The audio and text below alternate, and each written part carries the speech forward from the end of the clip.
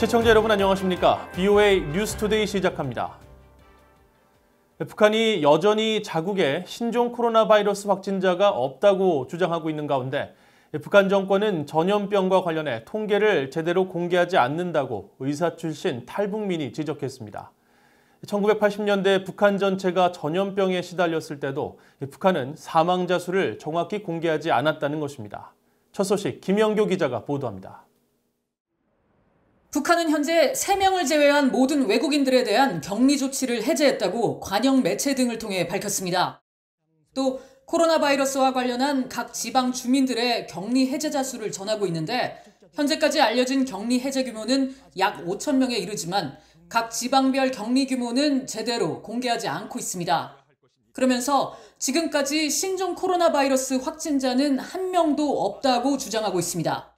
모든 사람들은 전염병 예방과 관련한 위생 상식들에 대해서 잘 알고 이를 철저히 지킴으로써 위험한 신형 코로나 바이러스가 우리나라에 절대로 들어오지 못하도록 하는데 한 사람같이 떨쳐나서야 합니다.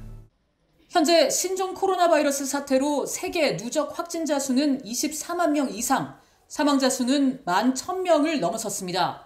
이런 상황에서 발병지 중국과 접한 북한이 공개하는 통계 수치에 대해 믿을 수 없다는 시각이 지배적입니다.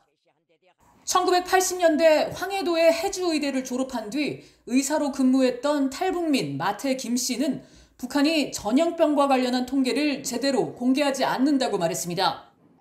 1988년부터 홍역이 발생해 북한 전역이 비상 상황이었지만 정확한 사망자 수를 알 수 없었다고 밝혔습니다. 사망자도 있었긴 있지만 그게 제한되어 있죠. 네. 감염자를 통해서나 좀 배포되는데 감염자를 통해서 다 정확하지는 않죠. 나쁜 소식은 절대 쓰지 않는 게 북한 언론이기 때문에 이 언론이 따로 움직이는 게 민주사회하고 다르죠. 아무래도. 북한 당국은 코로나 바이러스가 유입되지 않았다고 주장하면서도 마스크 미착용자의 대중교통 이용 금지와 유치원부터 대학까지 개학 추가 연기 등 감염국 이상의 특별 조치를 취하고 있습니다. 마태 김 씨는 90년대 중반 동구권 사회주의 체제 붕괴 이후 소련, 동유럽 국가들과의 교류가 축소되면서 북한 내 의료보건 시스템은 완전히 망가졌다고 말했습니다. 세계보건기구나 유엔, 그다음에 또 일부 중국에서 들여오는 의약품을 가지고 이 운영이 간신히 됩니다. 북한 보건 시스템이 지금. 마태 김 씨는 그러면서 북한에선 최신 의약품이나 의학기기를 생산할 수 있는 체제가 갖춰져 있지 않다면서 북한의 의료 체계는 고위층과 군대를 중심으로 운영돼 일반 주민들의 제대로 된 의료 서비스는 상상조차 어려운 일이라고 말했습니다. BOA 뉴스 김영교입니다. 신종 코로나 바이러스 여파로 유럽 등 선진국들이 어려움을 겪으면서 유엔의 대북 지원 모금도 저조한 것으로 나타났습니다.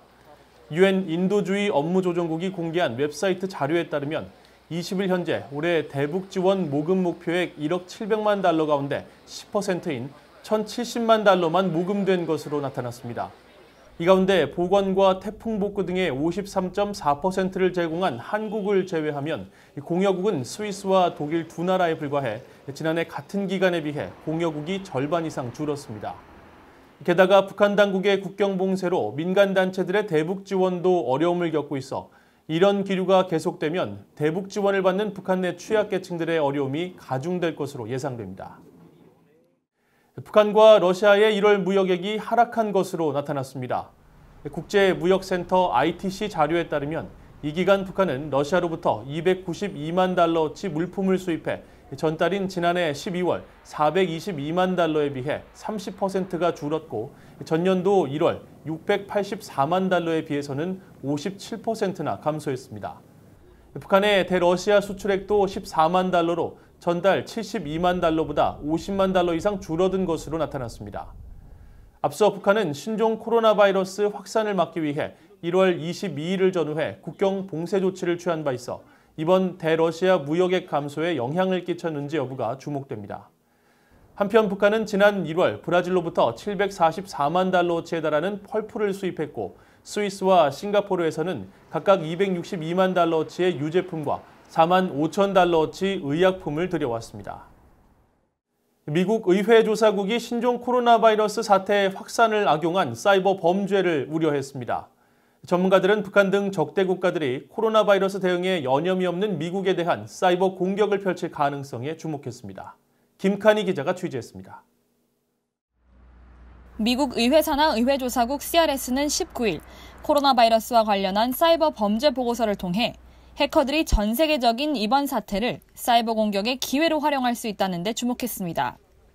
보고서는 특히 해커들이 코로나 바이러스와 관련한 이메일에 악성 파일이나 가짜 웹사이트를 첨부해 이메일 수신자들이 민감한 정보 등을 공개하도록 속일 수 있다는 가능성을 정부 관계자들이 지적했다고 밝혔습니다. 개인과 기업들의 코로나 바이러스 가짜 치료제 온라인 판매, 세계보건기구 WHO와 질병관리본부 CDC를 사칭하는 피싱 이메일 등의 피해 사례들이 보고되고 있다는 겁니다. 의회 보고서는 이어 국가 차원에서 사이버 위협에 대응하고 있는 법무부가 코로나 바이러스 관련 공격에 대한 대응을 맡고 있다면서 최근 윌리엄 바 법무장관이 전국 변호사들에게 보낸 바이러스 확산을 이용한 사기꾼과 해커에 대해 수사의 우선순위를 정하라는 메모를 상기시켰습니다. 또 코로나 바이러스와 관련한 사이버 범죄는 국경을 초월해 이뤄질 수 있다면서 의회는 사이버 범죄 대응과 관련한 관리 감독을 지속하고 관련 법률 제정에 대한 토론을 지속할 것이라고 명시했습니다.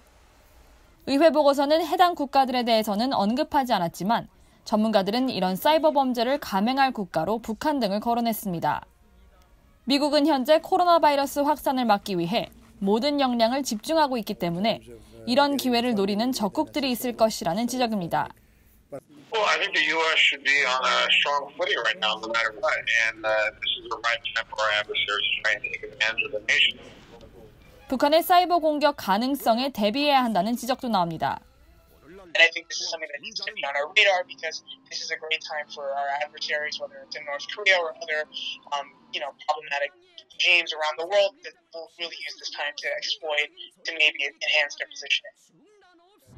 매튜아 연구원은 그러면서 미국이 코로나 바이러스 대응에 전념하는 상황에서 적대국들은 자신의 입지를 높일 수 있는 방법을 모색할 것이라면서 사이버 공격이 그중 하나가 될 수 있다고 지적했습니다.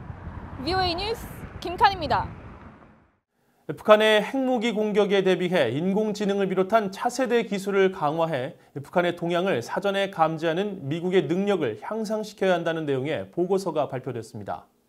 미국의 민간 연구소인 전략국제문제연구소 CSIS는 19일 핵 그림자 전략의 상황 인식 기술과 위기 결정이라는 제목의 보고서에서 북한을 핵무기 보유국으로 가정하고 북한의 핵 공격에 대비한 군사적 동향 파악을 위해 어떤 차세대 기술 사용이 적합한지를 평가한 모의시험 내용을 공개했습니다. 보고서는 북한이 러시아나 중국 등 미국과 대칭적 군사력을 가진 국가들과 달리 비대칭적이라며 북한이 핵을 무기로 비대칭 도발을 감행할 가능성에 대비해 무인 잠수함이나 정찰기, 인공지능 컴퓨터를 활용한 사전 감시 능력 강화가 무엇보다 중요하다고 강조했습니다. 이상으로 VOA 뉴스투데이를 마칩니다. 시청해주신 여러분 고맙습니다.